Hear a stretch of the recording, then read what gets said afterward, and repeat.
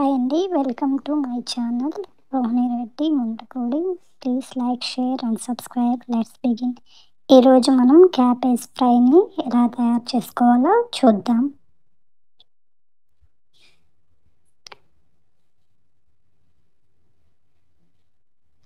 ముందుగా మనం క్యాబేజ్ ముక్కని చిన్న ముక్కలుగా కట్ చేసి పెట్టుకోవాలి.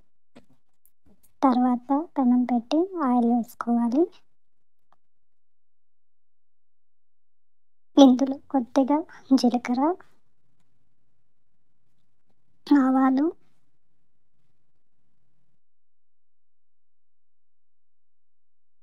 పచ్చిమిర్చి,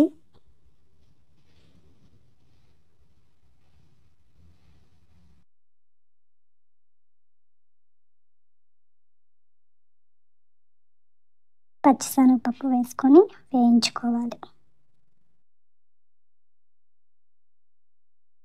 ఇందులో కొద్దిగా వెల్లుల్లి,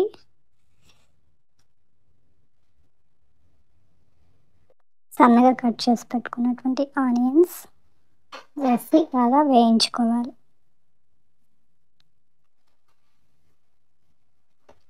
తర్వాత 2 రెమ్మల కరివేపాకు వేసుకోవాలి.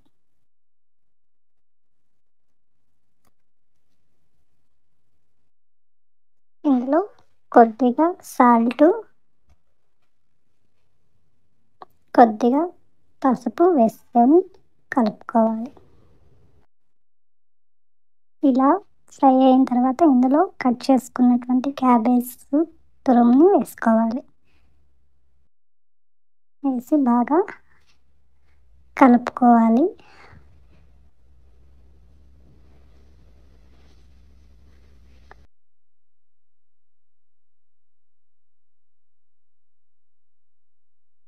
తర్వాత ఇంటిపైన మూత పెట్టి ఉంచాలి. తర్వాత కొద్దిసేపు తర్వాత మూత తీసి మళ్ళీ కొంచెం కలుపుకోవాలి. అంతే అండి.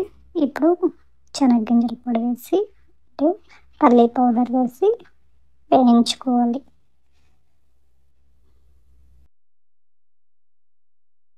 అంతే, ఎంతో టేస్టీ అయిన క్యాబేజ్ ఫ్రై రెడీ.